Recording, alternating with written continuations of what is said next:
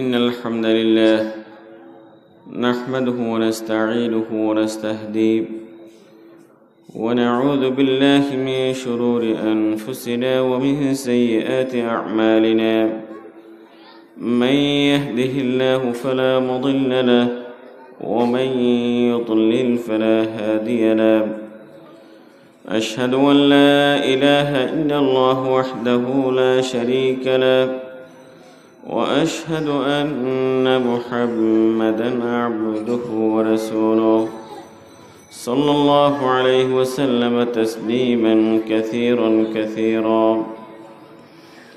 أما بعد فأعوذ بالله من الشيطان الرجيم بسم الله الرحمن الرحيم قل إن كنتم تحبون الله فاتبعوني يحببكم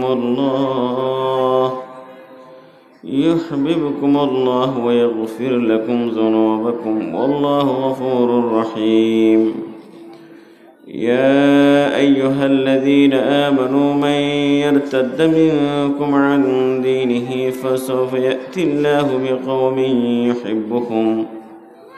يحبهم ويحبونه أذلة على المؤمنين أعزة على الكافرين يجاهدون في سبيل الله ولا يخافون لومة لائم ذلك فضل الله يؤتيه من يشاء والله واسع عليم وقال رسول الله صلى الله عليه وسلم إن الله جميل يحب الجمال وقال رسول الله صلى الله عليه وسلم لا أحصي ثناء عليك أنت كما أثنيت على نفسك أو كما قال الصادق المصدوق صلى الله عليه وسلم আজকের আয়োজিত এই দিনী জলসার সমাপনী অধিবেশনে উপস্থিত উলামায়ে কেরাম, শ্রদ্ধাভাজন মুরব্বীগণ, সম্মানিত সুধীমণ্ডলী, আল্লাহ পাকের দরবারে বিনীতভাবে ফরিয়াদ করি আল্লাহ পাক যেন কিছু সহি শুদ্ধ কথা বলার তৌফিক দান করেন। বৃষ্টি বাদল আবহাওয়া বৈরী এমন একটি পরিবেশেও আপনারা ধৈর্যের সাথে বসে আছেন। আলহামদুলিল্লাহ, অত্যন্ত কোরবানি ত্যাগের মাধ্যমে মাহফিলটি আয়োজিত হলো। মালিকের দরবারে আমরা শুকরিয়া আদায় করি। আলহামদুলিল্লাহ, এ ধরনের একটি মাহফিল এমন একটি বৈরী আবহাওয়ার মধ্যে করার, বসার, কিছু বলার, শোনার আল্লাহ পাক তৌফিক দান করেছেন। মুহতারাম হাজিরিন, বেশি সময় নেব না, আমার পরেও আলোচক আছেন। মূলত আমি আসতেছি অনেক দূর থেকে, রাজশাহী থেকে। আজকে ওইদিকেও বৃষ্টি বাদল, তো বেশি সময় নেব, সময় নির্ধারিত। আমি যে আয়াতটি তেলাওয়াত করেছি, আয়াতের মধ্যে আল্লাহ পাক ওই সমস্ত বান্দাদের কিছু গুণাবলীর কথা বলেন যেসব বান্দাকে আল্লাহ পাক মহব্বত করেন। আল্লাহ পাক যেসব বান্দাকে মহব্বত করেন ওই সব বান্দার কিছু গুণাবলী আয়াতে উল্লেখ করেছেন। আমরা জানি যে আল্লাহ পাক আমাদেরকে যা অঙ্গ প্রত্যঙ্গ দিয়েছেন, প্রত্যেক অন্ত প্রত্যঙ্গের আমাদের কাজ আছে। আল্লাহ পাক আমাদেরকে কলব নামক যে অঙ্গটি দিয়েছেন, সে কলবেরও কাজ আছে। মানুষ বুঝে হাতের কাজ স্পর্শ করা, মুখের কাজ কথা বলা, স্বাদ গ্রহণ করা, চোখের কাজ দেখা, এগুলো প্রত্যেকের জানা। এটি কোনো দুনিয়াতে বই পুস্তক পড়ে এসে এটি শিখতে হয় না। আল্লাহ পাক এটি প্রত্যেক মানুষকে ন্যাচারালি এগুলো শিক্ষা দিয়েছেন। রব্বুনা আল্লাযী আ'তা কুল্লা শাইইন খালকাহু সুম্মা হাদা। এ বাচ্চাগুলো তো কথা বোঝে না। এটা আসলে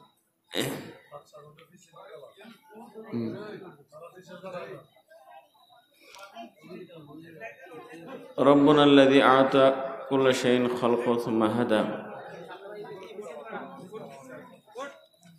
আস্তে আস্তে আস্তে আস্তে আস্তে আস্তে আস্তে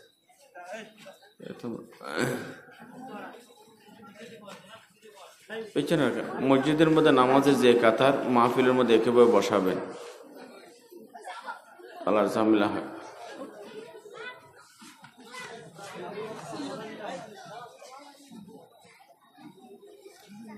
ইয়া আল্লাহ ইয়া আরহামার রাহিমিন।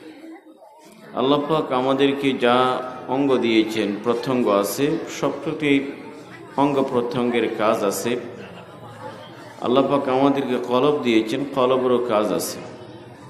মুহতারাম হাজিরিন, কলবের কাজ হলো মহাব্বত করা। কাকে মহাব্বত করবেন? আল্লাহ পাককে মহাব্বত করবেন। কেন? ওয়াল্লাযীনা আমানু আশাদ্দু হুব্বান লিল্লাহ। আল্লাহ পাক বলেন, যারা আমার উপর ঈমান রাখে তারা আমাকে বেশি ভালোবাসেন। আল্লাহ পাকের উপর যার ঈমান মজবুত, আল্লাহ পাক বলছেন তারা আল্লাহ পাককে বেশি ভালোবাসেন। মুহতারাম হাজিরিন, আজকে আমি যে আয়াতটি তেলাওয়াত করেছি সে আয়াতের মধ্যে আল্লাহ পাক যাদেরকে মহব্বত করেন তাদের গুণাবলীর কথা বলেছেন। ওইসব গুণাবলীর প্রসঙ্গে যাবার আগে আপনাদের সামনে আমি যে বিষয়টি বিনয়ের সাথে আরজ করতে চাই, দেখেন আমরা প্রত্যেক এখানে যারা আছে আমাদের অন্তরে কোনো কিছুর প্রতি আমাদের দুর্বলতা আছে। আমরা ভালোবাসি, পছন্দ করি। হয়তো এক একজনের কাছে এক একটি বিষয় পছন্দ, তবে মহব্বত করেন না, পছন্দ করেন না, এখানে একজন মানুষও খুঁজে পাওয়া যাবে না। কারো কাছে হায়াত পছন্দ, কারো কাছে পয়সা করে পছন্দ, কারো কাছে স্ত্রী পরিবার পরিজন পছন্দ, কারো কাছে সম্মান খ্যাতি মর্যাদা পছন্দ, কারো কাছে পড়াশোনা ক্যারিয়ার পছন্দ, কারো কাছে দুনিয়া পছন্দ, কারো কাছে আখিরাত পছন্দ, কারো কাছে পত্রিকা পছন্দ, কারো কাছে কোরআন পছন্দ, কারো কাছে গল্প গুজব পছন্দ, কারো কাছে জিকির পছন্দ। কিন্তু পছন্দ করে না এরকম কোনো মানুষ নেই এখানে। আমাদের প্রত্যেকের কাছে কোনো জিনিস পছন্দের তালিকায় আছে। এবং এটিও দেখবেন দুনিয়াতে যার কাছে যেটি পছন্দ সে ওই জায়গায় সময় ব্যয় করে। যার কাছে যেটি পছন্দ ওই জায়গায় সে সময় ব্যয় করে। যার কাছে গল্প গুজব পছন্দ সে ঘুরে ফিরে এসে চায়ের দোকানে আড্ডা বসে। টেলিভিশন পছন্দ, ঘন্টার পর ঘন্টা টিভির সামনে বসে থাকে। কোরআন পছন্দ, সবসময় কোরআন তেলাওয়াত করে। দেখবেন যার কাছে যেটি পছন্দ, পছন্দের জিনিসের পেছনে মানুষের সময় ব্যয় হয়। আল্লাহ পাক বলছেন, তোমরা আমাকে মহব্বত করো, তবে তোমার তখনই আমার কোরআন, আমি আমার জিকির তখন তোমার এই পছন্দের তালিকায় আসবে। ওয়াল্লাযীনা আমানু আশাদ্দু হুব্বান লিল্লাহ। এখন আমরা যতই দাবি করি আমাদের অন্তরে আল্লাহ পাকের প্রতি ভালোবাসা, আল্লাহ পাককে মহব্বত করে আমরা মুখে দাবি করলেও বাস্তব কথা হলো প্রত্যেকে বুকে যদি হাত রাখি কথা সে বলতে বাধ্য হবে। আমরা মুখে আল্লাহ পাককে বেশি মহব্বত করে দাবি করলেও বাস্তব ময়দানে, বাস্তব জীবনে আমরা দৈনন্দিন প্রমাণ করি আল্লাহ পাক নয়, আমাদের কাছে অন্য কিছু বেশি পছন্দের, অন্য কিছু বেশি পছন্দের। এটি আমাদের প্রতিদিনের কাজে প্রমাণিত হয়। এবং মানুষ যা কিছু মহব্বত করে, উলামায়ে কেরাম বলে 4টি কারণ থেকে কোনো একটি কারণ মানুষ এক অপরকে বা একটা আরেকজনকে মহব্বত করে। 1 নম্বর কারণ হলো, উলামায়ে কেরাম বলেন মানুষ অন্যকে মহব্বত করে কারো গুণাবলী দেখে। কারো কি দেখে? গুণাবলীগুলো দেখে এক অপরের প্রতি ভক্ত হয়ে যায়, মহব্বত করা শুরু করে। এবং আরেকটি কারণ হলো মানুষ কারো সৌন্দর্য দেখে মহব্বত করে। আরেকটি কারণ হলো মানুষ কারো পয়সা করে দেখে মহব্বত করে। আরেকটি কারণ হলো মানুষ কারো উপকার পেলে তাকে মহব্বত করে। কয়টি কারণ হলো? 4টি কারণ। তাহলে এই যে সৌন্দর্যের কথা, পয়সা কড়ির কথা, গুণ গরিমার কথা অথবা উপকার অনুগ্রহের কথা, এই 4টি কারণে এক অপরকে মহব্বত করে। বলুন তো, যদি সৌন্দর্যের কারণে আপনি কাউকে মহব্বত করেন, এটি তো অস্বীকার করা যায় না। মানুষের অন্তরে সুন্দরের প্রতি একটু দুর্বলতা আছে। মানুষ সব সময় সুন্দরের পেছনেই দৌড়ায়। পুরুষ সুন্দর, বহু নারী তাকে পেতে চায়। নারী সুন্দর, অনেকের প্রস্তাব যায়। সাগর সুন্দর, পর্যটকরা ভিড় জমায়। পাহাড় সুন্দর, সেখানেও মানুষের উপচে পড়া ভিড়। দালান কোঠা সুন্দর, এটি মানুষ ওয়ালপেপার বানায়, ছবি তুলে ক্যালেন্ডারে ছাপায়, নানা ধরনের ওয়ালপেপার বানায়। যা কিছু সুন্দর হোক, সেটি দালান কোঠা অথবা পাহাড় পর্বত অথবা নদী ঝর্ণাধারা অথবা সাগর মহাসাগর অথবা বিচ বা অন্য কিছু, এগুলো মানুষকে কাছে টানে। সুন্দরের প্রতি মানুষের দুর্বলতা আছে, এই যে প্রত্যেক মানুষই বুঝে। কাপড় চোপড়ের ক্ষেত্রে একই কথা, ডিজাইনের ক্ষেত্রে যা কিছু সুন্দর সেখানে মানুষের ভিড়। মনে রাখতে হবে, আপনি যখন কোনো মখলুককে, কোনো পুরুষ নারীকে, কোনো নারী পুরুষকে অথবা অন্য কিছুকে যখন মহব্বত করেন, আপনি তো জানেন দুনিয়ার মধ্যে যা কিছুই সুন্দর, সব সৌন্দর্যের স্রষ্টা রব্বুল আলামিন। সব কিছুর এত পাহাড় সুন্দর, জানি না এই পাহাড়ের স্রষ্টা কত সুন্দর হবে। সাগর এত সুন্দর, জানি না সাগরের স্রষ্টা কত সুন্দর হবে। আল্লাহ পাক যদি এত সুন্দরভাবে মানুষ বানাতে পারেন, জানি না রব্বুল আলামিন কত সুন্দর হবেন। আমরা সুন্দরের পিছনে দৌড়াই, কিন্তু যিনি সৌন্দর্য সৃষ্টি করেছেন তার কথা আমাদের অন্তর থেকে উধাও হয়ে যায়, এটি বিলুপ্ত হয়ে যায়। এই জন্য আল্লাহ পাক বলেন, তুমি যদি সৌন্দর্যের কারণেই কাউকে ভালোবাসো, মহব্বত করো, আমি রব্বুল আলামিন সবচেয়ে বেশি সুন্দর। এটি কার কথা? রাসূল সাল্লাল্লাহু আলাইহি ওয়াসাল্লাম বলেন, ইন্নাল্লাহা জামিল ইউহিব্বুল জামাল। আল্লাহ পাক পরম সুন্দর, আল্লাহ পাক সৌন্দর্যকে ভালোবাসেন। মানুষের সৌন্দর্য আল্লাহ পাকের সৌন্দর্যের মধ্যে তফাৎ আছে, পার্থক্য আছে। কীরকম? মানুষ যদি সুন্দর হয়, এই সৌন্দর্য তার মধ্যেই সীমাবদ্ধ। একজনের সৌন্দর্যের কারণে পরের মানুষটি সুন্দর হয় না। কোনো মানুষ, স্বামী যদি কালো হয়, স্ত্রী যদি ফর্সাও হয়, সারা জীবন সংসার করলেও স্বামীর ত্বক পরিবর্তন হবে না। এর বিপরীতটাও সত্য। বিপরীতও, পাহাড়ের পাশে শুয়ে থাকলে কারো উচ্চতা বাড়ে না, সাগরে কাত হয়ে থাকলে কারো বিশালতা বড় হয় না, বিল্ডিংয়ের বা দালান কোঠার পাশে দাঁড়িয়ে থাকলে কারো উচ্চতা বাড়ে না। মখলুকের সৌন্দর্যের দ্বারা অন্য মখলুকের লাভ হয় না। কিন্তু আল্লাহ পাকের সৌন্দর্য, হাদিস শরীফে আছে, আল্লাহ পাকের যখন জান্নাতীরা জান্নাতে আল্লাহ পাকের দিদার লাভ করবেন, সাক্ষাৎ হবে, তখন আল্লাহ পাকের এই সৌন্দর্যের কারণে নূরের বৃষ্টি হবে। কিসের বৃষ্টি? নূরের বৃষ্টি। এই নূরের বৃষ্টির কারণে মানুষ হাজারো বছর আল্লাহ পাকের দিদার করবে, লাভ করবে, এ মজে থাকবে, নিমজ্জিত হবে। তারা যখন বাসা বাড়িতে ফিরে আসবে, তাদের হরিণ, তাদের পরিবার পরিজন, তারাই বলবে, আল্লাহ পাকের কসম কি যে আপনারা আগের চেয়ে বেশি সুন্দর হয়ে বাসায় ফিরে আসছেন। তাহলে দেখেন আল্লাহ পাকের সৌন্দর্য কেমন সৌন্দর্য, যে জান্নাতেরা দিদার লাভ করে তাদের সৌন্দর্য বেড়ে গেল, তাদের সৌন্দর্য বৃদ্ধি পেল। তাহলে যদি সৌন্দর্যের কারণে আপনি যদি কোনো কিছুকে মহব্বত করেন, আপনার কাছে আল্লাহ পাকের এই অধিকার আছে, আল্লাহ পাকের এই দাবিটিও আছে, বান্দা তুমি যদি সুন্দরের ভক্ত হও। মানুষের দুনিয়ার সৌন্দর্য ক্ষণিকের, অস্থায়ী। কত সুন্দর মানুষ দেখেছেন জীবনে কোনো কঠিন রোগের কারণে, ক্যান্সারের কারণে, কেমোথেরাপির কারণে মাথার চুলও নেই, মাথার চুলও নেই, অথবা অ্যাসিড নিক্ষেপের কারণে চেহারা বিকৃত হয়ে গেছে, অথবা কোনো বয়সের বার্ধক্যের কারণে সে ফর্সা মানুষটি যেন অন্যরকম হয়ে গেছে। তো দুনিয়ার সৌন্দর্যগুলো তো ক্ষণিকের, এটি কখনো স্থায়ী নয়। কিন্তু আল্লাহ পাক বলেন, তুমি দুনিয়ার মানুষ বা মখলুকের, সাগর বা পাহাড়ের সৌন্দর্য দেখে দুর্বল হলে আমার সৌন্দর্যের প্রতি তোমার মহব্বত কেন সৃষ্টি হয় না? ইন্নাল্লাহা জামিল ইউহিব্বুল জামাল। 2 নম্বর হলো, মানুষ এক অপরকে মহব্বত করে বা কাউকে পছন্দ করে তার গুণ গরিমা, তার দক্ষতা, যোগ্যতা, তার মেধা, বুদ্ধি, তার প্রতিভা, এগুলো দেখো মানুষ অনেক সময় এক অপরকে মহব্বত করে। এ কারণে দেখবেন গায়কদের কণ্ঠ সুন্দর, বক্তার অভাব নেই। খেলোয়াড়দের দুরন্তপনা, বক্তার অভাব নেই। লেখকদের লেখার যোগ্যতা, বক্তের অভাব নেই। এক এক ক্ষেত্রে দেখা যায় মানুষ কোনো যখন গুণ দেখে ওই গুণের ভক্ত হয়ে যায়, সেটি যে কোনো ধরনের গুণ হোক, মানুষ তার প্রতি একটি দুর্বলতা মানুষের অন্তরে সৃষ্টি হয়।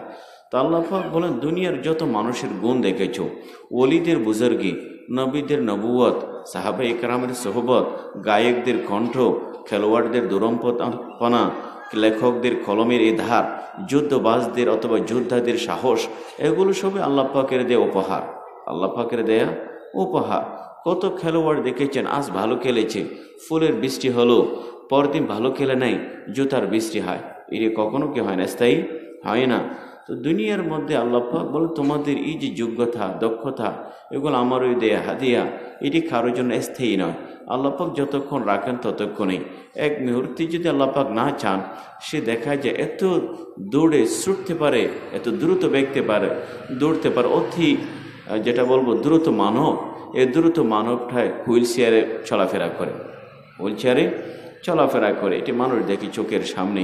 কত বড় ডাক্তার, পৃথিবী বিখ্যাত, যার চিকিৎসায় বহু মানুষ ভালো হয়েছে, জীবনের শেষ প্রান্তে সে নিজের প্যারাসিটামল নিজে চিনে না, এরকম মানুষ দেখেছে। কত বড় বড় আলিম, যে বহু খণ্ডের পর খণ্ড কিতাব লিখেছেন, জীবনের শেষ প্রান্তে নামাজ দাঁড়িয়ে যে সূরা ফাতিহা পড়তে এটিও ভুলে যায়, মেমোরি থেকে সমস্ত কিছু ডিলিট হয়ে গেছে। এখন সূরা ফাতিহাটুকুও বাকি নেই। এমনকি নিজের বাচ্চাকে নিজে চেনে না, নিজের ছেলেকে নিজে চেনে না, নিজের ছোট ভাইকে চেনে না, স্মৃতিশক্তিতে কিছুই না, সব মুছে গেছে। নিজের আপনজনকে চেনে না, তার মাথার মধ্যে কি শরীয়তের মাসাইলগুলো মনে থাকবে? মনে থাকবে না। তো দুনিয়ার এই যোগ্যতাগুলো তো ক্ষণিকের, এটিও অস্থায়ী। তো আল্লাহ পাক বলেন যে মানুষের যোগ্যতার কারণে তুমি যদি কাউকে মহব্বত করো, আর যিনি যোগ্যতা দান করলেন, যিনি এলম দান করলেন, যিনি গুণ দিলেন, যিনি প্রতিভা দিলেন, যিনি বুদ্ধি দিলেন, বুদ্ধির স্রষ্টা, তার প্রতি কেন মহব্বত হয় না? এগুলো তো আল্লাহ পাকের দেয়া। 3 নম্বর হলো মানুষ মহব্বত করে, কারো পয়সা করে দেখলেও মানুষ এক অপরকে মহব্বত করে। এটি দেখবেন পয়সাওয়ালাদের ভক্তের অভাব নেই, হিতাকাঙ্ক্ষের অভাব নেই, পরামর্শদাতার অভাব নেই। বিনামূল্যে তারাই সবচেয়ে পৃথিবীর মধ্যে বেশি পরামর্শ পায়। কখন কী খেতে হবে, কেমন আছে না আছে, এগুলো সবসময় পয়সাওয়ালাদের মানুষ জিজ্ঞেস করে। গরিব বেচারা যদি রাস্তা শুয়েও থাকে, কেউ বলবে না কেমন আছেন, বলবে না। অত কেউ যদি বলেও তুই কেমন আছিস বলবে, তার সাথে আপনি বলার কোনো কেউ গরজ অনুভব করে না। আর বড় মানুষ যদি বয়সে ছোটও হয়, তার সাথে মানুষ আপনি বলে, কথায় না কথায় তার সাথে কেমন আছেন কুশল বিনিময় করে। বড় মানুষটি এসি রুমে বসে থাকলেও আপনার দৃষ্টিতে মনে হচ্ছে বড় কষ্টে আছে, কেমন আছেন জিজ্ঞেস করে। আর আরেকজন গরিব রোদে পড়লেও সে আরামে আছে, বুঝি কোনো কষ্টে নেই, তাকে কেউ কষ্ট জিজ্ঞেস করে না। তাহলে দেখেন মানুষ পয়সা করে কারণেও ভক্ত হয়। আল্লাহ পাক বলেন দুনিয়ার পয়সাওয়ালাদের পিছনে এত ভক্ত হয়ে গেলে তার পয়সাগুলো কি তোমার জন্য নাকি তার ছেলেপেলের জন্য, তার গোষ্ঠী বেড়াদের জন্য, তার 14 প্রজন্মের জন্য? তার যদি 100 প্রজন্মের জন্য রাখবে, কিন্তু পরের ছেলের জন্য হাতে উঠবে না। এবং পয়সাওয়ালার কাছে যদি আপনি 2 বার 3 বার যান, চতুর্থবার বিরক্তি প্রকাশ করবে, এটি কেন বারবার আসো, কেন বারবার আসো? অত পয়সাওয়ালার কাছে গেলে আপনাকে টাইমিং দেবে, আজকে নয় রোববার আসো, রোববার নয় মঙ্গলবার আসো, এই কথাগুলো বলবে। মহতরম হাজিরিন, যদি এটি হয়, কিন্তু আল্লাহ পাকের কাছে ওয়া ইন মিন শাইইন ইল্লা ইনদানা খাযাইনু ওয়া মা নুনাজ্জিলু ইল্লা বিকদরি মা'লুম লাহু মাকালিদুস সামাওয়াতি ওয়াল আরদ লাহু মা ফিস সামাওয়াতি ওয়া মা ফিল আরদ তুতিল মুলকা মান তাশা। আল্লাহ পাক বিয়াদিহিল মুলকু মালিকি মুকতাদির আনদা ফি মাকাদি সিদক আনদা মালিকি মুকতাদির।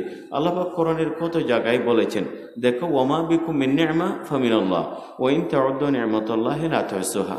যা কিছু তোমরা ভোগ করো, যা কিছু পাও, এটি আমি রব্বুল আলামিন দান করি। আসমান জমিনে যা কিছু এটি আমার, তবে এটি আমার জন্য সৃষ্টি করেনি। হুয়াল্লাযী খালাকালাকুম মা ফিল আরদি জামিআ, যা কিছু সৃষ্টি করেছে তোমাদের জন্য, আমি অমুখাপেক্ষী, আমি কারো মহতাজ নয়। এ পয়সা যা কিছু সৃষ্টি করেছেন আল্লাহ পাক নিজের প্রয়োজনে সৃষ্টি করেননি, এটি মানুষের প্রয়োজন মেটানোর জন্য, মানুষের প্রয়োজন মেটানোর জন্য, মানুষের প্রয়োজন পূরণের জন্য আল্লাহ পাক সৃষ্টি করেছেন। নতুবা আল্লাহ পাকের এগুলো কোনো কিছুরই প্রয়োজন নেই। তো তুমি দুনিয়ার পয়সাওয়ালার কাছে দৌড়ো, তার প্রতি মহব্বত সৃষ্টি হয়, অথচ এগুলো সে সবই তার জন্য রেখেছে। আর আমি যা কিছু তোমার জন্য রেখেছি, তুমি চাইতে দেরি হয়, আমার দিতে দেরি হয় না, অথচ তোমার হাত আমার দিকে বাড়ে না, মোহাব্বত আমার প্রতি সৃষ্টি হয় না। তার প্রতি হয় যে তোমার জন্য কিছুই রাখেনি, অত বিরক্তি প্রকাশ করে। আল্লাহ পাকের বান্দা, আমি তো তোমাকে তো অফিস টাইম দেই নেই, তোমাকে বলি নাই যে সোমবার রোববার এরকম এই দিন আসতে পারবে না। তুমি তো 24 ঘন্টায় যে কোনো সময় চাইতে পারো। দুনিয়ার পয়সাওয়ালার কাছে গেলে 3 বার 4বার চাওয়া যায় না, অথচ তুমি আমার কাছে কোটিবারও যদি চাও, আমি তো কখনো বলি না 1 কোটির পরে চাওয়া যাবে না। গরিব বড় মানুষের কাছে গেলে বলে এবছর তোমাকে দেব না, আমার গরিব কিছু আত্মীয় স্বজন আছে তাদেরকে আগে দেব। আমার তো এইরকম বলতে হয় না, বান্দা আমার কিছু গরিব বান্দা আছে, আগে তাদেরকে দিয়ে সেরে ফেলি, পরে যদি আরও কিছু সঞ্চয় বা উদ্ধৃত থাকে তোমাকে পরে দেব। এ কথাগুলো তো আমার বলতে হয় না, কথাগুলো বলতে হয় না। মা ইনদাকুম ইয়ানফাদ ওয়া মা ইনদাল্লাহি বাকিন, তোমাদের কাছে এগুলো শেষ হয়ে যায়, আল্লাহ পাকের কাছে যা আছে এগুলো শেষ হয় না, আল্লাহ পাকের ওখানে শেষ হয় না। ইন্নামা আমরুহু ইযা আরাদা শাইআন আন ইয়াকুলা লাহু কুন ফায়াকুন। আল্লাহ পাক কোনো কিছুর ইচ্ছে করলে শুধু বলেন যে কোন, হয়ে যাও, বি অ্যান্ড ইট ইজ, হয়ে যায়। তাহলে দেখেন আল্লাহ পাক বলেন যে তোমাদের অন্তরে কোনো পয়সাওয়ালা বিত্তবান শিল্পপতিদের বা ক্ষমতাবানদের পদস্থ কর্মকর্তাদের অথবা খ্যাতিমান মানুষের প্রতি তোমাদের অন্তরে যে মহব্বত সৃষ্টি হয়, আমার কাছে যা আছে সকল তোমার জন্য, তাহলে আমার প্রতি তোমার কেন মহব্বত সৃষ্টি হয় না? চতুর্থ মানদণ্ড দেখলাম দুনিয়াতে কেউ কারো উপকার করলে তার প্রতি একটু মহব্বত সৃষ্টি হয়, স্বাভাবিক, এটা খুবই যৌক্তিক বিষয়। এটি ইসলামেরও কথা। ইসলাম বলে মাল্লাম ইশকুরিন নাস লাম ইশকুরিল্লাহ, মানুষের শুকরিয়া না করা আল্লাহ পাকের শুকরিয়া না করার শামিল। মানুষের প্রতি অকৃতজ্ঞতা আল্লাহ পাকের প্রতি অকৃতজ্ঞতা। এটি মানুষের যে কারো উপকার করলে তার প্রতি একটি দুর্বলতা সৃষ্টি হয়। মনে রাখুন, কত মানুষের সাথে আপনার সাক্ষাৎ, কিন্তু হাসপাতালে যে লোকটি আপনাকে দেখতে যায় তার কথা জীবনে ভুলে যায় না, কিন্তু বিপদের সময় পাশে ছিল, বিপদের সময় পাশে ছিল। এটি মানুষের নিয়ম যে মানুষকে কেউ উপকার করলে তার প্রতি একটু এক ধরনের কৃতজ্ঞতা বোধ আসে। কিন্তু আপনি মনে রাখবেন, দুনিয়ার মধ্যে আপনার যারাই উপকার করেছে, মা বাবা, শিক্ষক, পাড়াপড়শি, বড় ভাই অত বন্ধু, যারাই আপনার উপকার করেছে, এই উপকারগুলো আপনি লিখে শেষ করতে পারবেন। কারো উপকার এমন নয় যে জীবনে এটি লিখে শেষ করা যাবে না, এরকম কোনো উপকার পৃথিবীর মানুষ অন্য মানুষকে করতে পারে না। মা বাবার উপকার হতে পারে হাজার অথবা লাখ অথবা কোটি, এগুলো লিখে শেষ করা যাবে। শিক্ষকের উপকারও শেষ করা যাবে, কিন্তু একজনের উপকার কোনোদিন শেষ করা যাবে না, মহান রব্বুল আলামিনের উপকার। ওয়াইন তাউদ্দু নি'মাতাল্লাহি লা তুহসুহা, আল্লাহ পাকের নিয়ামত গণনা করে কাউন্ট করে তোমরা কোনোদিন শেষ করতে পারবে না। ওমা বিকুম মিন নি'মা ফামিনাল্লাহ। কাজী আল্লাহ পাকের নিয়ামত যেটি কখনো গণনা করে শেষ করা যায় না, ওই অসীম অসংখ্য নিয়ামতের প্রতি, নিয়ামত দাতার প্রতি আমাদের মহাব্বত সৃষ্টি হয় না। অথচ কেউ 10 টাকা দিলে আমরা তাকে কত না থ্যাংক ইউ বলি, আর আল্লাহ পাক সবই দিলেন, মুখ থেকে আলহামদুলিল্লাহ বলতে কষ্ট হয়।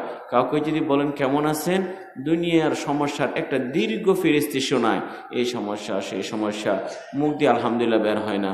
আরেকজন 10 টাকা দিলে ভাই ধন্যবাদ থ্যাংক ইউ অনেক কিছুই বলে। মানুষের প্রতি আপনার সৌজন্যতা বোধ আছে, আল্লাহ পাকের প্রতি সৌজন্যতা বোধ কোথায় গেল? কেন আমরা বলতে পারি না আলহামদুলিল্লাহ? কেন আমরা বলতে পারি না আলহামদুলিল্লাহ?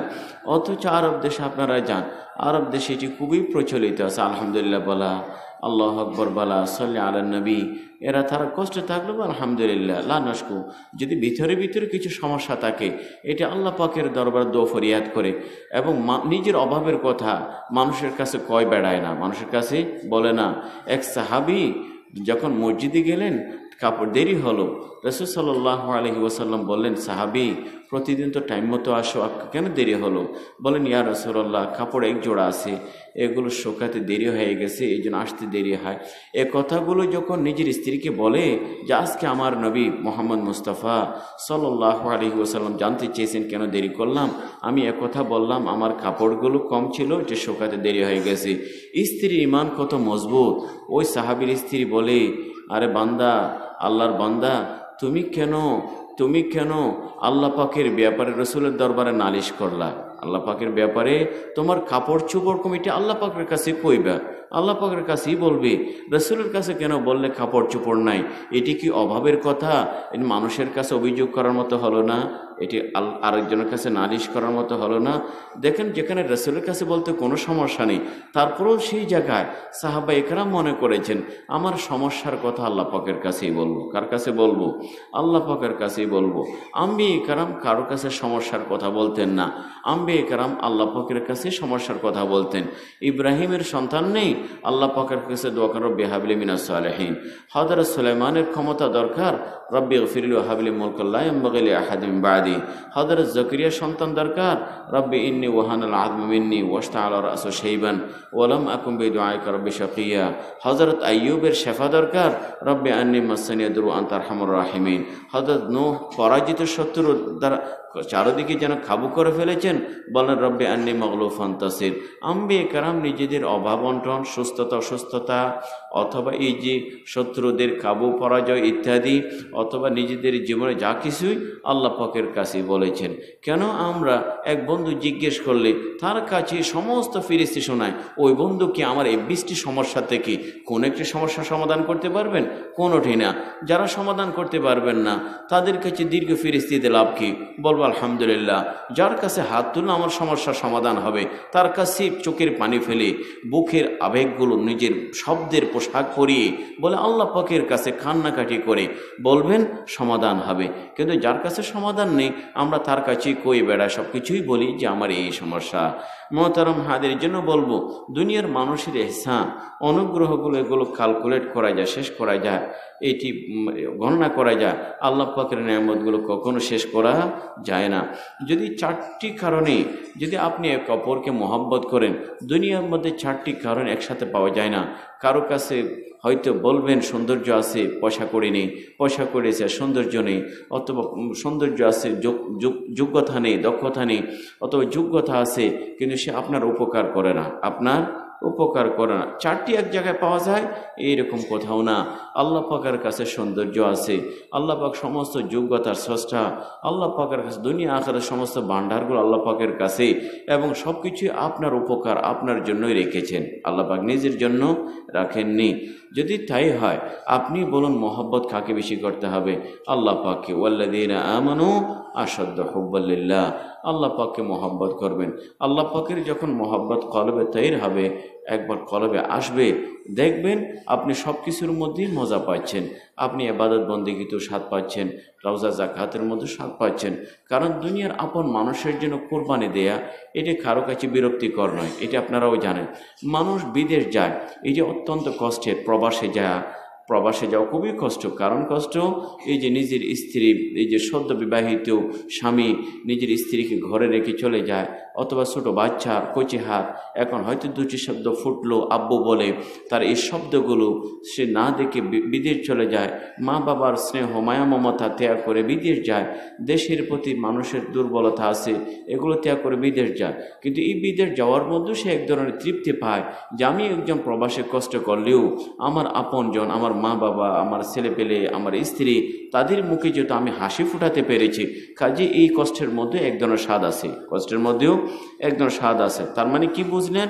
মানুষ মহব্বতের জন্য কষ্টটাকেও মজা মনে করে, কষ্টের মধ্যেও মজা পায়। যদি তাই হয়, আপনি এত কষ্টের মধ্যেও মজা পান, আল্লাহ পাকের প্রতি মহব্বত থাকলে 4 রাকাত নামাজের মধ্যে আপনার কেন মজা আসে না? ইবাদতের মধ্যে আপনার কেন তৃপ্তি আসে না? ছেলেবেলের জন্য কোরবানি দিলে, কষ্ট করলে মজা পান, অথচ আল্লাহ পাকের ইবাদত বন্দেগী দাঁড়ালে এটি বিরক্তি, এটি সূরা একটু লম্বা হয়ে যায়, মোনাজাত লম্বা হয়ে যায়, শুধু অভিযোগ আর অভিযোগ আর অভিযোগ। বলবো যে সেখানে মজা নেই, তৃপ্তি নেই। তৃপ্তি পেলে মানুষ কখনো অভিযোগ করে না, কখনো করে না, মহব্বত সৃষ্টি করেন আল্লাহ পাকের, সব কিছুর মধ্যেই মজা পাবেন। বড়দের নামাজ দোয়া দেখুন, হযরত ফজল হজরত গঞ্জে মুরাদাবাদী রহমতুল্লাহ আলাই, হযরত তানভীর রহমতুল্লাহ আলাইকে বলতেন, মিয়া আশরাফ আলী, আমি যখন নামাজে যাই আমার মনে হয় যেন আমি আল্লাহ পাক আমার মাথায় আদর করে হাত বুলিয়ে দিচ্ছেন, এরকম মনে হয়, আদর করে হাত বুলিয়ে দিচ্ছেন। যদি এরকম মনে হয়, সিজদা থেকে আমার মাথা ওঠাতেই মন চায় না, যেন সিজদায় থেকে যায়, মনে হয় যেন আল্লাহ পাক আমাদেরকে আদর করছেন। এইরকম জনপতি, কত মহব্বতের কথা এগুলো, কত মহব্বতের কথা। অনেক বুজুর্গ তো এরকমও বলতেন, জান্নাতের মধ্যে যদি একটি জায়নামাজ না থাকে, জান্নাতে কি আমরা আরাম পাবো? দেখেন, জান্নাতে কি নামাজ দোয়া আছে? পড়তে হবে না, কিন্তু নামাজের প্রতি এমন দুর্বলতা, আকর্ষণ যে জান্নাতের মধ্যেও গিয়ে তারা নামাজ পড়তে চায়। মোহতারাম হাদির সেই দীর্ঘ কথা, যারা আল্লাহ পাককে মহব্বত করেন তাদের, আমরা আল্লাহ পাকের মহব্বত সৃষ্টি করি। আল্লাহ পাকের মহব্বত কখন সৃষ্টি হবে যদি আপনি আল্লাহ পাকের নিয়ামতের কথা মনে রাখেন, আল্লাহ পাকের নিয়ামতের কথা সবসময় মনে রাখবেন। একটু আগেই বললাম, আমরা আল্লাহ পাকের নিয়ামতের কথাগুলো ভুলে যাই, এই জন্য মহব্বত সৃষ্টি হয় না। আপনি যে মনে করতেন এক কথা, আরে রব্বুল আলামিন মানুষ বানিয়েছ, গরু ছাগল বানাওনি, শুকরিয়া তোমার। রব্বুল আলামিন মুসলমানের ঘরেই জন্ম দিয়েছ, যদি মুসলমান ঘরে না হতাম, আমি নিজের বিবেক বুদ্ধি পড়াশোনা ব্যয় করে আমি যে কখনো ইসলামের সন্ধান পেতাম সেটি তো সম্ভাবনা ছিল না। মেহরবানি করে মুসলমান বানিয়েছ। রব্বুল আলামিন, আমি তো মুসলমান হবে এটি তোমার কাছে দোয়া করিনি, তুমি এমনি না চাইতে তুমি আমাকে মুসলমান বানিয়েছ, কত মেহরবানি করেছো। তুমি যেহেতু এক ধাক্কায় মুসলমান বানিয়েছো, আর এক ধাক্কা দিয়ে জান্নাতি নিয়ে যাও, এইরকম আবদার ফরিয়াদ আল্লাহ পাকের কাছেই করবেন। রব্বুল আলামিন কখনো, তুমি নিজেই বলো, কাউকে কোনো উপকার করলে পুরোটা করা আপনি পছন্দ করেন। তুমি আমাকে মুসলমান বানিয়ে এটি অনেক বড় এহসান করেছো, জান্নাতে দিয়ে সে এহসানটা পরিপূর্ণ করো, জান্নাতে দিয়ে সে এহসানটা পরিপূর্ণ করো। আল্লাহ পাকের নিয়ামতের কথা ভাববেন, আল্লাহ পাকের নিয়ামতের কথা ভেবে বলবেন, আল্লাহ তুমি চোখ দিয়েছো, না দিলে অন্ধ হতাম, তুমি কান দিয়েছো, না দিলে বধির হতাম, তুমি বাকশক্তি দিয়েছো, না হলে বোবা হতাম, তুমি সন্তান দিয়েছো, না হলে নিঃসন্তান হতাম, তুমি সুস্থ রেখেছো, না হলে আইসিইউতে থাকতাম, ইন্টেন্সিভ কেয়ারে থাকতাম, তুমি আমাকে স্বাধীন করেছো, না হলে জেলখানায় পৌঁছতাম, তুমি আমাকে খাওয়ার মতো রিজিক দিয়েছো, না হলে ভিক্ষার ঝুলি নিয়ে হয়তো মানুষের ঘরে ঘরে ঘুরতাম। রব্বুল আলামিন তুমি আমাকে কত যে কোটি কোটি নিয়ামত দিয়েছো, আল্লাহ পাকের নিয়ামতগুলো মানুষ বললে কখন শেষ করতে পারবে না। কাজী এই নেমতের কথা যখন ভাববেন, আল্লাহ পাকের প্রতি মহব্বত সৃষ্টি হবে। আল্লাহ পাক রিজিক দান করেন। আল্লাহ পাক হযরত ইব্রাহিম আলাইহিস সালামের কথা, ইব্রাহিম আলাইহিস সালাম কখনো মেহমান ছাড়া ভাত খেতেন না, মেহমানকে নিয়েই খেতেন। মেহমান একদিন কোনো মেহমান পায় না, হঠাৎ এক লোককে পান, তাকে নিয়ে আসেন। লোকটিকে যখন বলে ইব্রাহিম আলাইহিস সালাম খাও, তবে আল্লাহ পাকের নাম বলে খেতে হবে। লোকটি বলে যে না, আমি তো মূর্তি পূজারী, আমি আল্লাহকে বিশ্বাস করি না, কাজে আল্লাহ পাকের নাম বলে খেতে পারবো না। ইব্রাহিম ইসলাম রেগে গিয়ে বলেন, আল্লাহ পাকের নাম নিলে তোমার খাবার নাই আমার ঘরে, আজকে খাবার নাই, বেরিয়ে যাও এখান থেকে। লোকটি চলে যায়। কিন্তু আল্লাহ পাক জিবরাইলকে পাঠান, ইব্রাহিমকে বলো, জিবরাইল যে আমি এই লোকটাকে 70 বছর ধরে রিজিক দিয়েছি, অথচ একদিনের জন্য সে আমার নাম বলে নাই, তুমি কি এক বেলা খাওয়াতে পারলে না আমার এক বান্দাকে, আমার এক বান্দাকে? ইব্রাহিম ইসলাম দৌড়ে যায়, দৌড়ে গিয়ে মুশরিককে বলে যে তুমি আসো আমার ঘরে। মেহমান বলে না, যাব না। বলছে না কেন? বলছে আল্লাহ পাক আমাকে বলছেন তোমাকে ডেকে খাওয়াতে। বলছে আল্লাহ পাক বলেছেন? তখন লোকটি বলে, এই যে তুমি আমাকে বারবার এই যে একবার ডাকবা একবার বের করে দেবা, এই অভিমান করে যে খাবো না। যখন লোকটিকে পিড়াপিড়ি করা হয় যে আল্লাহ পাক আমার কথা বলেছেন, তখন লোকটির চোখে পানি এসে যায়। কেমন দয়ালু খোদা, 7 আসমান থেকে আমি না খেয়ে বের হয়েছি, এটি সহ্য হলো না, অথচ সে দয়ালু রবের 70 বছরতে একবারও নাম নিলাম না। নাম নিলে যিনি খাওয়ান, জানি না নাম নিলে কত বেশি খাওয়াবেন, কত বেশি রাজেক। এই যে নেয়ামতের কথা, এটি স্মরণ করার লোকটি মুসলমান হয়ে যায়, হযরত ইব্রাহিম আলাইহিস সালামের মেহমান। তো এই জন্য আল্লাহ পাকের নেয়ামতগুলোর কথা, আল্লাহ পাকের আসমা সিফাত হোসনা, আল্লাহ পাকের চমৎকার নামগুলোর কথা ভাববেন, তখন মনে হবে আল্লাহ পাকের মোহাব্বত কলবের মধ্যে সৃষ্টি হবে। মোহতারাম হাজিরিন, এই জন্য বললাম আমাদের অন্তর আল্লাহ পাকের মহব্বতের অভাব। আল্লাহ পাকের দেখবেন ইবাদত বন্দেগী মহব্বতের মোড়কে যদি দেবেন, যে কোনো গিফট এমনি দেয়া যায়, কিন্তু সেই গিফটের কদর নেই। যখন গিফট পেপার মোড়ানো হয়, দেখবেন এই জিনিসটির অনেক কদর। এটি ছোটো হোক দাম, কিন্তু খুব যত্নের সাথে দেয়া হয়। ঠিক তেমনি ইবাদত আপনার কম হোক, কিন্তু সেই ইবাদত যদি মহব্বতের মোড়কে দেন, মহব্বতের গিফট পেপার মোড়িয়ে দেন, এটি আল্লাহ পাকের কাছে অনেক কদর। শুধু নামাজের জন্যই নামাজ নয়, মহব্বতের সাথেই নামাজ হোক, মহব্বতের সাথেই নামাজ হোক। হযরত ফাতেমা রাদিয়াল্লাহু আনহার ব্যাপারে বর্ণনা আছে, এক সময় তিনি এই যে কিছু, তখন তো ধাতব মুদ্রা ছিল, এই যে পয়সা কড়ি ধাতব, বুঝেন তো, কয়েন ইত্যাদি, স্বর্ণরূপা, কাগজি টাকা ছিল না, কাগজি টাকা ছিল না, এটি মেটাল বলবো, এই যে ধাতব মুদ্রা ছিল, স্বর্ণরূপা। তিনি এগুলো ঘষা মাজা করছেন, পরিষ্কার করছেন। জিজ্ঞেস করলেন, ফাতেমা এই পয়সাগুলো দিই তো, এত কেন পয়সা পরিষ্কার করছো, ঘষা মাজা করে পরিচ্ছন্ন করছো? হযরত ফাতেমা রাহা বলেন, ইয়া রাসূলুল্লাহ, আপনি তো বলেছেন কোনো মানুষ যখন আল্লাহ রাস্তা দান করে, এটি ফকিরের হাতে পড়ার আগে আল্লাহ পাকের কুদরতি হাতে আগে যায়। আমি চাই না আল্লাহ পাকের কুদরতি হাতে ময়লা আবর্জনা যুক্ত কোনো পয়সা পড়ুক, এটি চায় না। এই জন্য আল্লাহ পাকের মহব্বত এগুলো ঘষা মাজা করি, যাতে করে আল্লাহ পাকের কুদরতি হাতে পরিচ্ছন্ন পরিষ্কার পয়সাগুলো যায়। অথচ আমরা যখন গরিব মানুষকে টাকা দিই, সবচেয়ে ছাড়া নোটটি বেছে নিই, যেটি চলবে না, এটি গরিব মানুষের হাতে তুলে দিই। যদি আমার কথা জানা থাকতো যে এই টাকা গরিবের হাতে যাওয়ার আগে আল্লাহ পাকের কুদরতি হাতে এটি গ্রহণ করেন, কখনো ছেঁড়া টাকা নয়, এখানে ফ্রেশ নোট যেটা আপনার কাছে থাকে, এটি আল্লাহ পাকের কুদরতি হাতে আপনি আগে তুলে দিতেন। এই জন্য মহব্বতের সাথেই দিবেন, মহব্বতের সাথেই দিবেন। যে কোনো ইবাদত বন্দেগী মহব্বতের সাথে হলে এটি অনেক কদর। মোহতারাম হাজিরিন, বললাম আল্লাহ পাকের মহব্বত সে তো দীর্ঘ কাহিনী, দীর্ঘ ঘটনা। আল্লাহ পাকের মহব্বত যারা বাড়িয়েছেন, আল্লাহ পাকের মহব্বতের মশাল যারা অন্তরে তুলে ধরেন, তাদের জীবনীগুলো পড়বেন, তাদের সিরত পড়বেন, তবে আমাদের অন্তরেও আল্লাহ পাকের মহব্বত জেগে উঠবে। মোহতারাম হাজিরিন, দেখেন আল্লাহ পাক বান্দাকে মহব্বত করেন, বান্দাও আল্লাহ পাকে মহব্বত করে, তবে আল্লাহকে মহব্বত করেন। আগে আল্লাহ ফসফিয়াতিল্লাহু বিকৌমিন ইউহিব্বুহুম ওয়া ইউহিব্বুনা, এই আয়াত থেকে বোঝা যায় আল্লাহ বান্দাকে আগে মহব্বত করেন, বান্দা পরে আল্লাহকে মহব্বত করেন। সে মহব্বত আল্লাহ পাকের পক্ষ থেকে আগে শুরু হয়। এবং দেখবেন যারা আল্লাহ পাক যাদেরকে মহব্বত করেন তাদের মধ্যে আল্লাহ পাক তাদেরকে তিনটি ভাবে পরীক্ষা করেন। একটি হলো উলামায়ে কেরাম বলেন আল্লাহ পাক যখন কোনো কাউকে মহব্বত করেন তখন আল্লাহ পাক তার জন্য এই পৃথিবীর মধ্যে তার গ্রহণযোগ্যতা তাকে বেড়ে যায়। হাদিস শরীফে আছে আল্লাহ পাক যখন কোনো বান্দাকে মহব্বত করেন তখন জিবরিলকে ডেকে বলেন আমি অমুককে মহব্বত করি, এবং তাকে বলো যে আসমানবাসী জমিন আসমানওয়ালাকে ঘোষণা দিয়ে দাও যে আমি অমুককে মহব্বত করি। জিবরিল তখন আসমানের মধ্যে ঘোষণা দিয়ে দেন এবং সবাই ফেরেশতারা তাকে মহব্বত করা শুরু করেন। সুম্মা ইউদাউ লাহুল কবুল ফিল আরদি, এরপর পৃথিবীর মধ্যেই তার মহব্বত তার গ্রহণযোগ্যতা বাড়ে। মুহতারাম হাজিরিন, আমরা তো জানি যে কোনো মানুষকে যদি বলা হয় আপনাকে 10 জন মানুষ 20 জন মানুষ দোয়া করে মহব্বত করে, এ মানুষ কত না আনন্দিত হয়। আসমানের কোটি কোটি ফেরেশতা এবং ওমা ইয়ালামু জুনুদা রাব্বিকা ইল্লাহু, আসমানের ফেরেশতাদের সংখ্যা কত হবে সেটি আল্লাহ পাক ছাড়া কেউ জানেন না। হাদিস শরীফে যে ইঙ্গিতগুলো আছে সেটা হলো যে বাইতুল মামুরের মধ্যে 70,000 ফেরেশতা একদিন তওয়াফ করেন, কিয়ামত পর্যন্ত তাদের আর দ্বিতীয়বার আসার সুযোগ হয় না। এতেই বোঝা যায় যে ফেরেশতাদের সংখ্যা কত বেশি হবে। যদি আসমানের এই ফেরেশতা কোটি কোটি ফেরেশতা তার জন্য দোয়া করেন, তাহলে এতে একজন আল্লাহ পাকের মাহবুব বান্দার জন্য বড় প্রাপ্তি যে আল্লাহ পাক যখন কোনো মানুষকে মহব্বত করেন বান্দাকে, আসমানের কোটি কোটি ফেরেশতা তাকে মহব্বত করা শুরু করেন।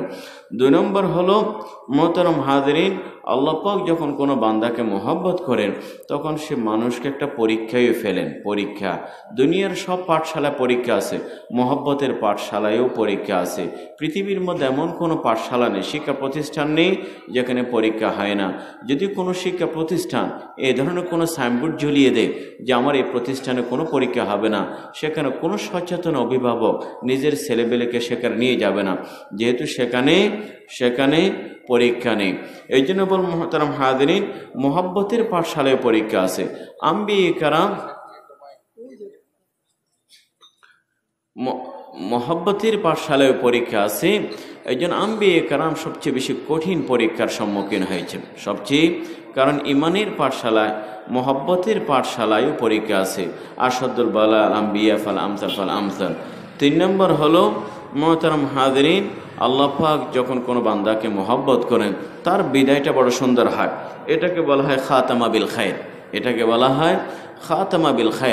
খাতামা বিল খায়র মানে বিদায়টা সুন্দর হয়। আর আম্বিয়ে কেরাম দেখেন যেটি শিখিয়েছেন যে মানুষ, রাসূল করিম সাল্লাল্লাহু আলাইহি ওয়াসাল্লামের একটা হাদিসও আছে, আল্লাহ পাক যখন কোনো বান্দাকে মহব্বত করেন আসসালাহু মানে মৃত্যুর আগে আল্লাহ পাক তাকে এমন কিছু আমল করার তৌফিক দান করেন যাতে উপর আল্লাহ পাকও সন্তুষ্ট হয়, আশেপাশের মানুষগুলো সন্তুষ্ট হয়ে যায়। এটিকে খাতামা বিল খায়র বলে। কাজী আল্লাহ পাকের যখন মাহবুব হয়ে যাবেন তখন একটু পরীক্ষা আসবে, কিন্তু কিছু মানুষ মনে করো মিনান নাসি মান ইয়াবুদুল আলা হারফ ফাইন আসাবু খায়র ইতমাআন্না বিহি ওয়া ইন আসাবাতু ফিতনাতুন ইনকালাবা আলা ওয়াজহি খাসিরা দুনিয়া ওয়াল আখিরা যালিকা হুয়াল খুসরানুল মুবিন। কোনো মানুষ মনে করে ইবাদত বন্দেগি করেই বা লাভ কি, যদি আমার অসুস্থতা না যায়, ছেলেপেলে অসুস্থ থাকে, ব্যবসা বাণিজ্যে লস হয়, গরু ছাগল মারা যায়, তাহলে লাভ কি ইবাদত? এক কথা বলে নাউযুবিল্লাহ। আল্লাহ পাক তারা বড় ক্ষতিগ্রস্ত যারা পরীক্ষায় পড়ে আল্লাহ পাকের উপর অসন্তুষ্টি প্রকাশ করে জাহির করে। আল্লাহ পাকের ফয়সালায় যারা রাজি, আল্লাহ পাক তাদের উপর রাজি সন্তুষ্ট, আর আল্লাহ পাকের ফয়সালায় যারা অসন্তুষ্ট, আল্লাহ পাকও তাদের উপর চরম অসন্তুষ্ট। মুহতারাম হাজির, সে পরীক্ষা হয়, পরীক্ষার দাসতান বহু দেখবেন। আম্বিয়ে কেরাম সবচেয়ে কঠিন পরীক্ষার সম্মুখীন। সাহাবায়ে কেরামের বলুন যে সাহাবায়ে কেরাম ইমানের পরীক্ষায় কত কঠিন পরীক্ষার সম্মুখীন হয়েছে, সে পরীক্ষায় তারা উত্তীর্ণ হয়েছে। কাজে আমাদের জীবন চলার পথে পরীক্ষা আসবে। তো প্রত্যেকের জন্য পরীক্ষা নয়, কারোর জন্য একটি মুসিবত হয়, কারোর জন্য বিপদ মুসিবত এবং পরীক্ষা এক জিনিস নয়। পরীক্ষা যেটি হয় বান্দার সাথে আল্লাহ পাকের সম্পর্ক আরও জোরদার হয়, এটি আরও মজবুত হয়। আর যেটি মুসিবত হয় সেটি সম্পর্ক জোরদার হয় না, বরঞ্চ সম্পর্ক শিথিল হয়ে পড়ে। ওলামায়ে কেরাম বলেন যে সমস্ত বিপদের পরে বান্দার চোখের পানি থেমে যায়, সে রাতের কান্না বন্ধ হয়, নামাজের রাকাত কমে যায়, দোয়া ছোট হয়ে যায়, এটি তার জন্য বিপদ। আর পরীক্ষা হবে সেটি যেখানে বান্দার চোখের পানি বাড়ে, শেষ রাতের কান্নাও বাড়ে, নামাজের রাকাতের সংখ্যাও বাড়ে, দোয়াও দীর্ঘ হয়, এটি হবে পরীক্ষা। কাজে বিপদ আপদের মধ্যে যেন আমাদের আল্লাহ পাকের সাথে সম্পর্ক যেন শিথিল না হয়, আমরা যেন ছিটকে না পড়ি। আর অন্যদিকে এটি তো বললাম লক্ষণ, আল্লাহ পাক যখন কোনো বান্দাকে মহব্বত করেন তখনও তার 4টি যে আয়াতটি আপনাদের সামনে পড়েছি ওই 4টি গুণ আল্লাহ পাক বলেছেন। আল্লাহ পাক বলেন ফাসাইফাতিল্লাহু বিকওমিন ইউহিব্বুনা ইউহিব্বুনা। 1 নম্বর গুণ হলো আদিল্লাতান আলাল মুমিনিন, যেটি রহমা, আইজ্জাতান আল কাফিরিন, যেটি আশিদ্দা, ইউজাহিদুনা ফি সাবিলিল্লাহ ওয়ালা ইয়াখাফুনা লাওমাতা লাইম। মুমিনরা বড় বিনয়ী হয়, কাফিরদের বিরুদ্ধে তাদের কণ্ঠ বলিষ্ঠ মজবুত হয়, এবং তারা আল্লাহর রাস্তায় জিহাদ করে কলম দিয়ে, ভাষা দিয়ে, জবান দিয়ে, অস্ত্র দিয়ে, কথা দিয়ে, তাদের যার কাছে যেটি যে অবস্থান থেকে ইউজাহিদুনা ফি সাবিলিল্লাহ ওয়ালা ইয়াখাফুনা লাওমাতা লাইম, এটি করতে গিয়ে কারো চোখ রাঙ্গানিকে উপেক্ষা করে না, কেউ রেগে যাবে, কেউ অসন্তুষ্ট হবে, এটি পরোয়া তারা মোটেও করে না। এই জন্য নেক বান্দা, আল্লাহ পাকের মাহবুব বান্দাদের এই 4টি গুণ আমার ভিতর আছে কিনা, যদি থাকে তখন নিজেকে ভাবতে পারেন আপনি আল্লাহ পাকের মাহবুব বান্দা। এর অর্থ এই নয়, আমি যে বললাম কথা শেষ করে দিচ্ছি মুহতারাম হাজিরিন, আল্লাহ পাক যে মহব্বত আল্লাহ পাক কি করতে হবে, এর অর্থ এই নয় যে আপনার অন্তরে কোনো মখলুকের প্রতি মহব্বত থাকতে পারবে না, এটি আল্লাহ পাকের দাবিও নয়। মানুষের অন্তরে অন্য কিছুর প্রতিও মহব্বত থাকতে পারে। আমাদের অন্তরে মা বাবা, স্ত্রী, পরিবার পরিজন, টাকা পয়সা, ঘর বাড়ি, এগুলোর প্রতি মহব্বত থাকতে পারে, তবে সেই মহব্বত কখনো যেন আল্লাহ পাকের মহব্বতের সাথে সাংঘর্ষিক না হয়। আল্লাহ পাক বলেন কুল ইন কানা আবাউকুম ওয়া আবনাউকুম ওয়া ইখওয়ানুকুম ওয়া আজওয়াজুকুম ওয়া আশীরাতুকুম ওয়া আমওয়ালুন ইখতারাফতুমুহা ওয়া তিজারাতুন তাখশাউনা কাসাদাহা ওয়া মাসাকিনু তারদাউনাহা আহাব্বা ইলাইকুম মিনাল্লাহি ওয়া রাসূলিহি। তোমাদের সন্তান সন্ততি, মা বাবা, ভাই ব্রাদার, আত্মীয় স্বজন, পাড়াপড়শি, ব্যবসা বাণিজ্য, ঘর বাড়ি, এগুলো যেন আল্লাহ পাকের চেয়ে বেশি পছন্দের না হয়, আল্লাহ পাকের চেয়ে বেশি ভালোবাসার পাত্র না হয়। এগুলোর প্রতি মহব্বত থাকতে পারবে, তবে কখনো আমার মহব্বতের প্রতিদ্বন্দ্বী হতে পারবে না, আমার মহব্বতের সাথে সাংঘর্ষিক হতে পারবে না। হযরত ইব্রাহিম আল্লাহ পাকের খলিল, কিন্তু আল্লাহ পাক ইব্রাহিমকে কেন কঠিন পরীক্ষা ফেললেন যে তোমার সন্তানকে জবাই করতে হবে? একথা বোঝানোর জন্য, ইব্রাহিম আমি তোমাকে মহব্বত, তুমি আমার মহব্বত করো, তবে তুমি যে আমাকে মহব্বত করো সে মহব্বতের সাথে তোমার ছেলের মহব্বত কোনো প্রতিদ্বন্দ্বী হয় কিনা, এটি প্রমাণ করতে হবে। ইব্রাহিম আলাইহিস সালাম দেখালেন কিয়ামত পর্যন্ত রব্বুল আলামিনের জন্য মহব্বত, এই মহব্বতের মধ্যে সন্তানের মহব্বতও কিছুই নয়, নিজের সন্তানের গলায় ছুরি চালিয়েছেন। মূলত এখানে নবীর হাতে নবী খুন হওয়া, বাবার হাতে সন্তান খুন হওয়া উদ্দেশ্য নয়, বরঞ্চ এখানে পরীক্ষা আল্লাহ পাকের মহব্বতের সাথে অন্য মহব্বত যেন সাংঘর্ষিক না হয়। তো যে কথাগুলো বললাম মুহতারাম হাজিরিন, আল্লাহ পাক যেন আমাদেরকে সব কথা বোঝার, আমল করার তৌফিক দান করেন। আখিরাত আলহামদুলিল্লাহি রাব্বিল আলামিন।